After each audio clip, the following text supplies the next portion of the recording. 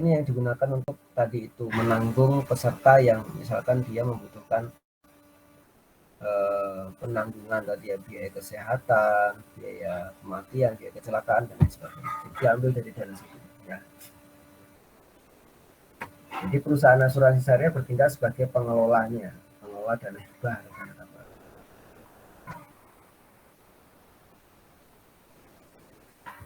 Nah, skema pengelolaannya kurang lebih seperti ini ya. Di sini ada peserta, di atas ini ada perusahaan ya. Di bawah ini kayaknya perusahaan reasuransi bawahnya. Nah, kita fokus ke peserta, dimulai dari peserta sini. Jadi peserta ini kontribusi itu namanya, maksudnya adalah semua uang yang dia bayarkan ya, uang preminya itu ya. Jadi ketika dia bayarkan, maka sebagian masuk dana tabaruk ya, sebagian ketika dibayarkan dia masuk dana tabaruk ya, sebagian diinvestasikan lagi ya, sebagian untuk menanggung beban klaim. Nah, ini masuk dana tabaruk ya. Yang diinvestasikan lagi kalau dapat keuntungan kembali lagi ke dana tabaruk juga sebenarnya. Nah, dana tabaruk ini bisa juga surplus ya. Kalau dia surplus, maka dibagi lagi ke 3 pihak. Yang pertama adalah ke perusahaan, kembali ke pendapatan perusahaan asuransi ya maksudnya. Kemudian dikembalikan ke peserta atau ditahan sebagai kontingensi. Jadi dia kembalikan lagi ke dana tabaruk. Nah, keuntungan perusahaan dari mana? Keuntungan perusahaan asuransi. Nah, yang pertama, kalau misalkan akadnya antara peserta dengan perusahaan adalah wakalah, ya, maka peserta wajib membayar ujroh kan, fee ke perusahaan. Jadi selain dia membayar dana tabaruk, dia membayar fee ya ke perusahaan. Nah, ini pendapatan perusahaan asuransi. Atau bisa jadi tadi ya dari dana surplus dana tabaruk ini juga bisa pendapatan asuransi juga. Ya. Atau kalau misalkan akadnya mudharabah, bisa dia dapat dari hasil investasi ini. Cuma di sini akadnya bukan mudharabah ya, wakalah. Jadi dia nggak mendapatkan dari hasil investasi. Hasil investasi ini langsung masuk ke dana tabaruk. Ya. Nah, jadi intinya poinnya pada sini. Jadi dia ada dana tabaruk yang tersendiri, ada yang dana yang karena ini akadnya wakalah, maka dia memberikan fee. Ya. Ini yang tanpa tabungan. Ya. Nah, gimana kalau skema dengan tabungan? Ya. Ini contohnya ya. Kontribusi peserta di sini dana tabaruk udah disendirikan ya. Jadi dia membayar jumlah berapa rupiah gitu ya. Masuk ke dana tabaruk, sebagian masuk ke dana investasi peserta. Ya. Jadi memang yang dimaksud dengan tabungan itu kontribusi peserta ini memang sudah disediakan memang berapa persen itu untuk investasi ya. Jadi masuknya ke dana investasi. Nah, kalau misalkan dia akadnya mudharabah nih ya, mudharabah ya, maka dana investasi tadi itu ya diinvestasikan mendapatkan bagi hasil, sebagian masuk ke perusahaan, sebagian kembali lagi ke dana investasi peserta ya, untuk dikembalikan ke peserta. Nah, karena di sini digabung sama dana tabaruk, nah sisanya berarti dana tabaruk harus kembali ke dana tabaruk. Ya. Dana tabaruk ini buat menanggung semua klaim-klaim ya dari peserta ini. Nah, kalau ada surplus dikembalikan lagi ke perusahaan, ke peserta, ke sebagai cadangan. Ya. Makanya tadi adalah namanya laporan surplus and deficit underwriting dana tabaruk. Ya, laporan ini dana tabaruknya. Jadi dana tabaruk ini harus ada laporan tersendiri. Ya. Jadi cara kerjanya seperti itu untuk asuransi syariah. Ada pertanyaan sampai sini?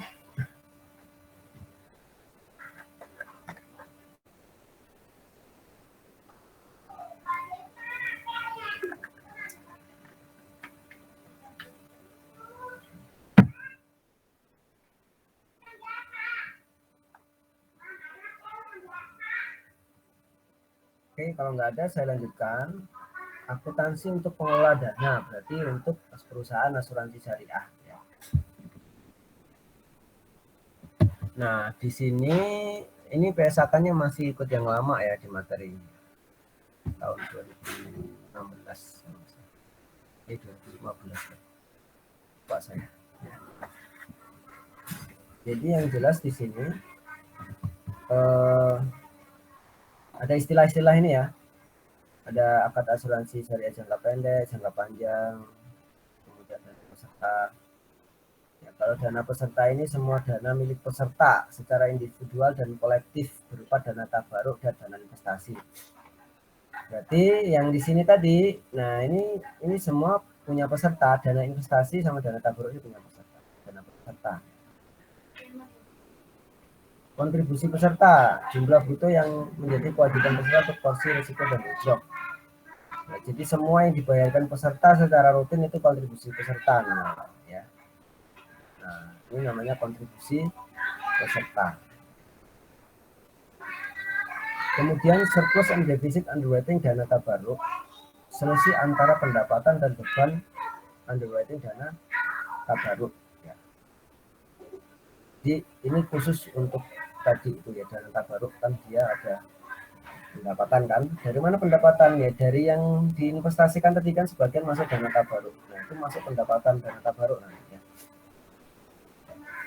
Kemudian beban dana tabaruk ini dari mana? Ya kalau ada klaim dari peserta ya salah satunya, maka masuk bebannya dia. Nah, nanti selisihnya itu yang dihitung berapa sih surplus yang defisitnya. Nah kemudian ada lagi surplus defisit dan tabaruk yang nggak ada underwritingnya ya. Nah kalau ini itu gabungan antara pendapatan yang underwriting dana tabaruk dan ini dari investasi ya, dan beban investasi juga masuk. Jadi ini sudah gabungan ya. Sorry, yang atas tadi itu berarti belum investasi ya. Ini pendapatan yang maksudnya pendapatan di sini berarti yang dari uang peserta itu ya, yang dikumpulkan itu. Nah masuk sini plus beban klaimnya. Nah kalau yang di bawah ini berarti gabungan sudah plus investasinya, plus beban investasinya masuk sini di laporan.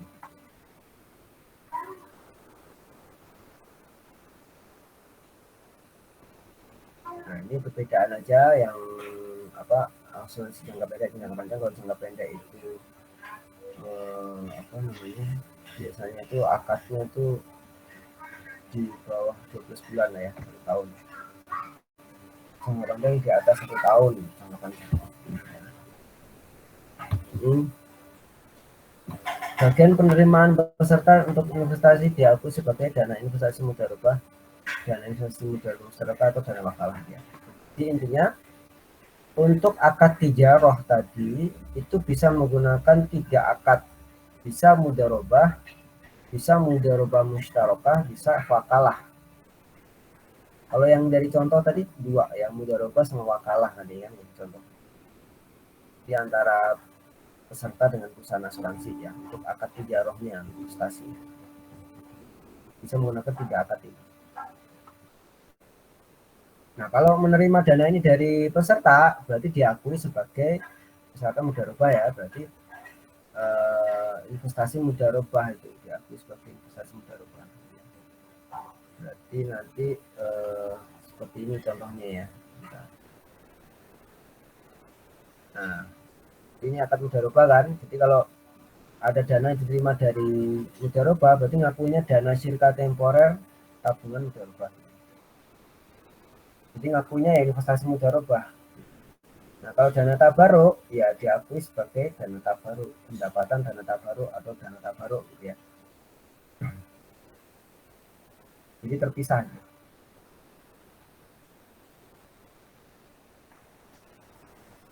Bagian kontribusi untuk ujro entitas pengelola diakui sebagai pendapatan untuk entitas pengelola. Nah, tadi kan untuk di laporan keuangan kan ada laporan laba rugi ya, khusus untuk perusahaan asuransinya ya.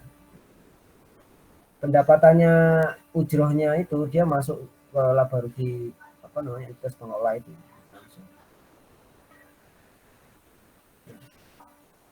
Dan secara bersamaan dia menjadi beban dari dana tabaruk. Ya.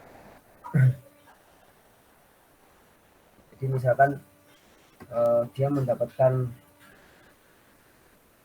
ujroh gitu ya, jadi dari dana tabaruk yang 500.000, ternyata untuk ujrohnya 50.000 misalkan ya, berarti 50.000 itu diatur sebagai pendapatan asuransi syariah. Nah di saat yang bersamaan nanti di laporan underwriting surplus dan defisit dana tabaruk tadi, underwriting dana tabaruk itu masuk beban dari dana tabaruk. Biaya akuisisi entitas pengelola diakui sebagai beban dari entitas pengelola. Ini kalau biaya-biaya yang memang tanggungannya dari asuransinya ya. Nah, oke, ini terkait dengan penyisian teknis ya. Penyisian teknis itu ini ya, ada kemungkinan 4 ini ya untuk penyisian teknis. Jadi itu maksudnya penyisian teknis itu dari saldo dana tabaruk itu disisihkan gitu.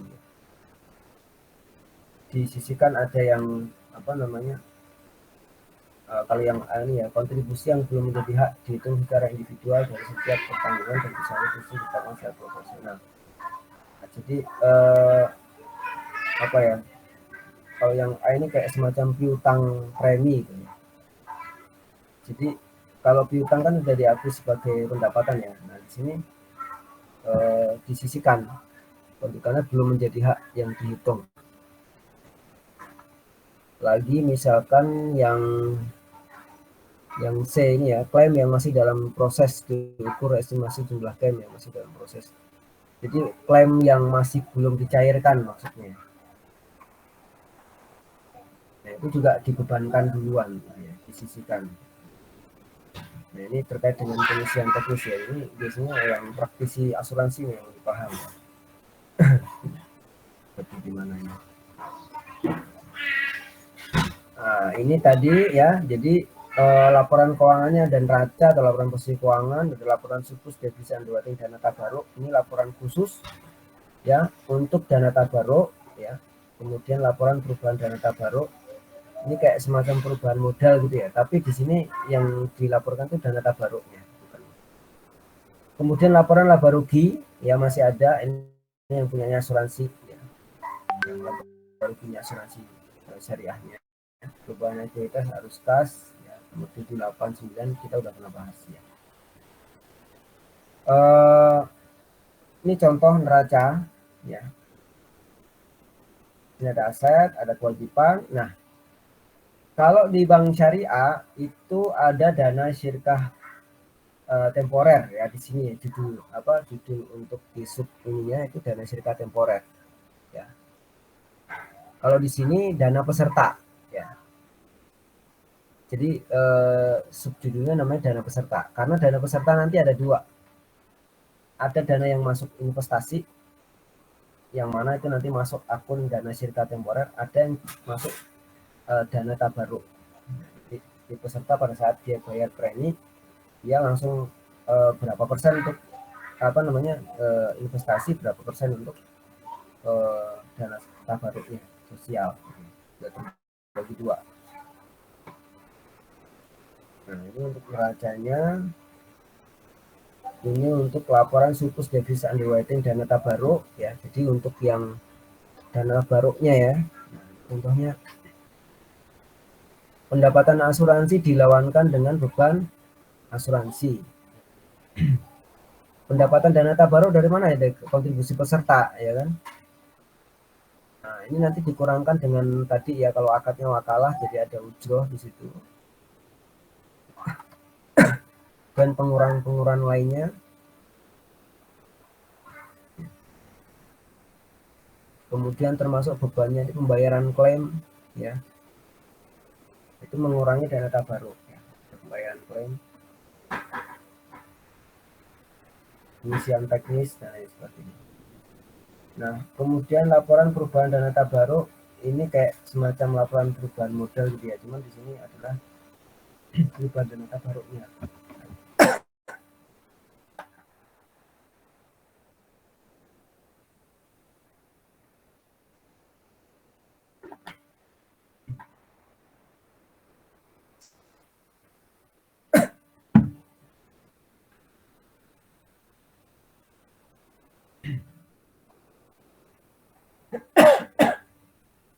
Ya,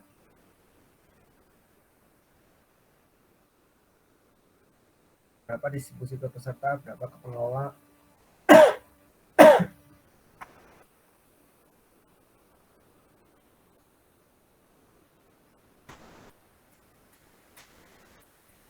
Satu awal satu akhir ya, ini perubahan dana tabaruk. Kemudian, nah ini laporan laba rugi untuk perusahaan asuransi syariahnya. Jadi di sini tadi itu ya, dia kalau misalkan mendapat pendapatan dari fee tadi ujroh, ya dia masukkan di sini juga ya, pendapatan pengelolaan asuransi ujroh, pendapatan pembagian surplus underwriting. Jadi kalau ada pembagian tadi ya, surplus underwriting masuk sini, pendapatan investasi,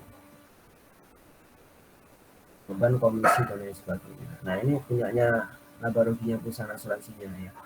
Jadi memang harus dipisah karena dana tabaruk itu memang bukan pemiliknya perusahaan asuransi syariah, tapi dia miliknya peserta. Ya. Makanya laporannya harus terpisah dana tabaruk ini. Kemudian laba rugi ini terpisah. Ya. Apa ini?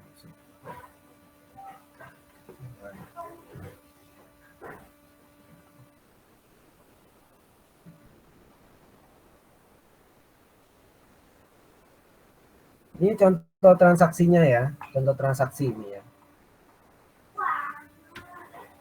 Pada tanggal 10 Maret 2008, PT Asuransi Rahma Syariah menerima akad pertanggungan jiwa, asuransi jiwa, dari Tuan Zaki untuk masa 10 tahun, jadi 2008 sampai 2018 ya. Premi yang harus dibayar oleh nasabah ya 100.000 tiap bulan. Sudah termasuk dana tabaruk 2%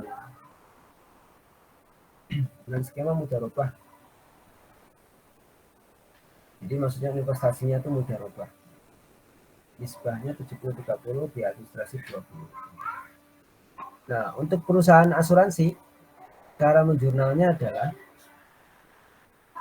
ya pertama ya mungkin pendapatan asuransinya dulu boleh ya diakui.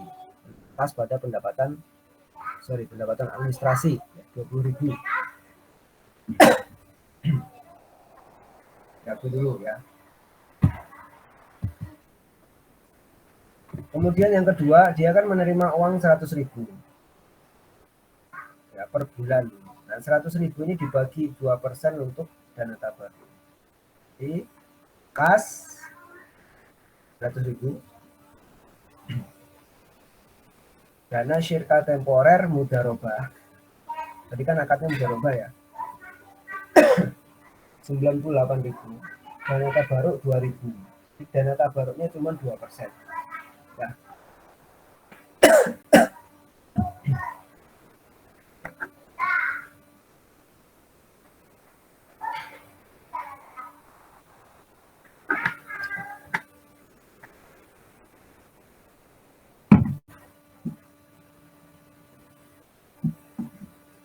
Nah, lanjut. Kalau ada pertanyaan langsung aja ya disampaikan. Setiap tanggal 10 akan dibuat jurnal begini ya, karena tadi kan bayar preminya kan setiap bulan ya. Setiap bulan, sedangkan akadnya kan setiap tanggal 10. Berarti setiap tanggal 10 maka jurnalnya adalah kas, dana singkat temporer, dana tabaruk ya. Kas, dana singkat temporer, dana tabaruk. Sama terus kayak gitu tiap bulan. Ya. Jadi dia menerima pembayaran premi. Next,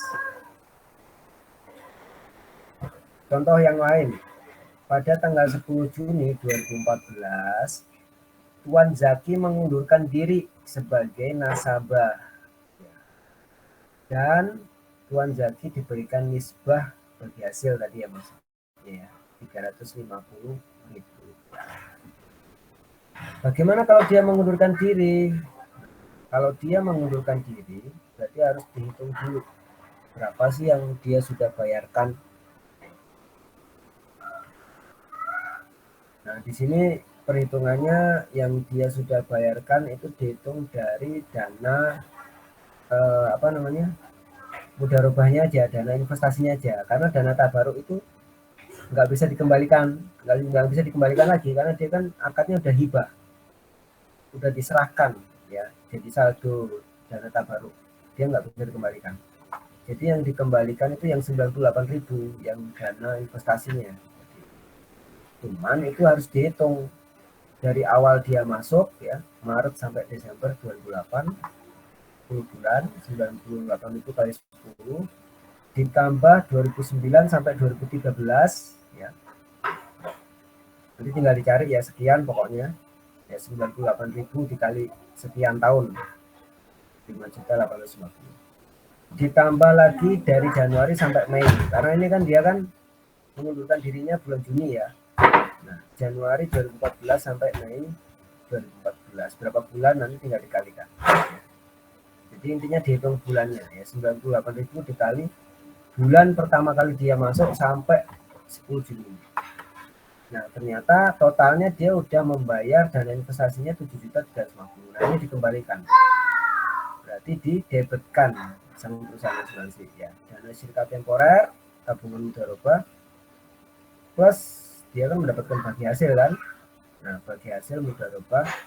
Nah, kreditnya ini klaim atau beban klaim juga boleh. Ini belum dibayar ini posisinya. Nah, pada saat dibayar, maka klaim atau beban klaim didebitkan pada kas pada saat dibayar.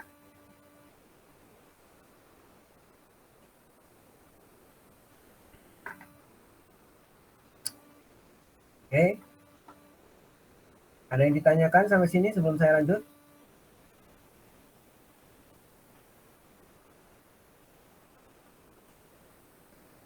Itu tadi kasus kalau dia mengundurkan diri. Jadi intinya kalau dia mengundurkan diri, maka semua dana investasinya itu dia dikembalikan, ya. Plus bagi hasil. Tapi kalau dana tabaruk nggak bisa dikembalikan. Dana tabaruk itu sudah dihibahkan, ya. Jadi itu dihibahkan ke semua peserta. Nah sekarang contohnya, contoh lain nih ya. Misal tanggal 25 September 2013 Tuan Zaki mengalami musibah meninggal dunia. Nah, dia itu meninggal dunia, berarti kan dia berhak untuk mendapatkan bantuan apa namanya dari dana tabaruk ya kan? Kan dia kan asuransinya kan asuransi jiwa ya. PT Asuransi Rahma Syariah akan memberikan pertanggungan dan mencatat ke dalam jurnal seperti berikut. Nah, berarti di sini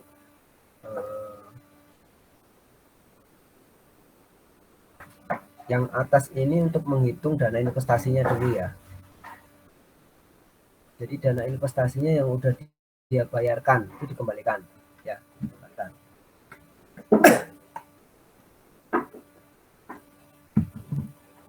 Terus yang bawah, nah yang bawah ini tergantung kebijakan perusahaan sih ya, untuk memberikan apa namanya, tergantung kontrak di awal untuk memberikan apa namanya pertanggungan itu ya, untuk mengganti apa klaim asuransinya itu ya. Kalau di sini dia ngitungnya dari sisa ya, sisa periode apa namanya, sisa periode akad kontraknya dikembalikan ya, apa sebagai yang diambil dari dana tabaruknya kan, dia kan kalau misalkan ini kan dia berhak dari dana tabaruk kan. Nah ini kan dia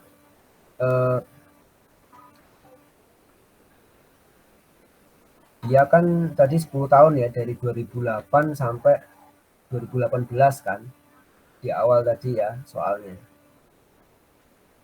Di sini kan 10 tahun, 2008 sampai 2018. Nah, ternyata sebelum 10 tahun dia meninggal. Jadi tahun 2013 itu dia meninggal.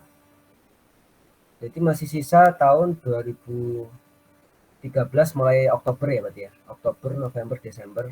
Nah ini jadi dia dihitung sisanya Oktober, November, Desember ya 100.000 yang apa dibayarkan dari 100 kontribusi peserta tadi ya, 100.000 kali 3. Terus 2014 sampai 2017 dihitung ya. Terus terakhir yang 2018. Nah ini salah ketik nih. Januari 2018 sampai Februari 2018 ya. Karena akad perjanjiannya kan 10 tahun sampai 2018 ya. Nah ini 10 Maret 2008 berarti sampai 10 Februari 2018.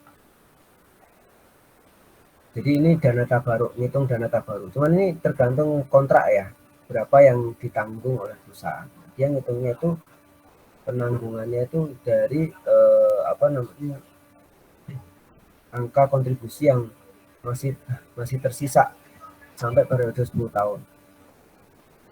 Dapatlah 5.300.000, yang atas dapat 6.566. Nah, tinggal didapatkan dari sika temporer dana tabaruk. Kalau yang bawah ini misal ada bagi hasil ya 250, baru dilawankan klaim atau beban klaim. Ini belum dibayar ya. Nah, kalau udah dibayar tinggal klaim atau beban klaimnya didebitkan pada kas. Jadi kalau pembayaran.